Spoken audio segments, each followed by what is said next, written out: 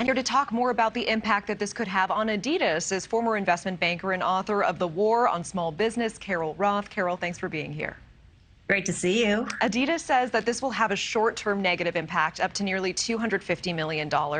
Some experts, though, estimate the Yeezy brand makes Adidas nearly $2 billion a year. So help put this in perspective for us. Just how big of an economic impact will this make?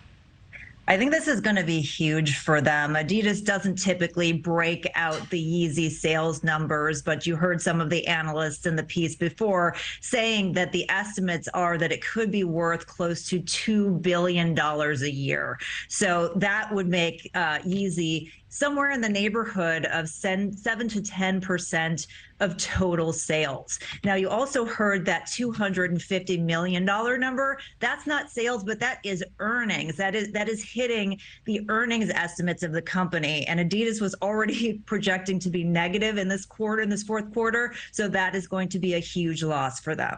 Well, Adidas had been under fire for almost 2 weeks now, facing increasing calls to cut ties with Ye for those anti-Semitic comments.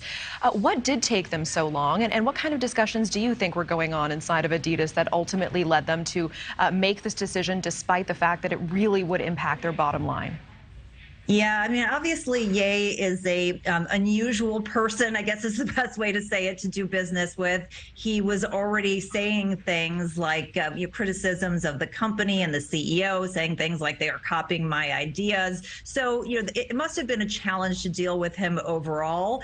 So I would think with that and the economic implications, they were probably looking to see if he reversed course, to see what the tenor was from consumers, if they would change their minds, what the fan base would say. And so this was something that they were not going to do, in a light manner or do quickly, given the economic implications. Well, and Adidas stock certainly has been steadily dropping since he made those comments. Will finally cutting ties with him stop the bleeding there? So Adidas' stock has actually been declining all year. It's something off like 63%. So they've had a slew of issues before this.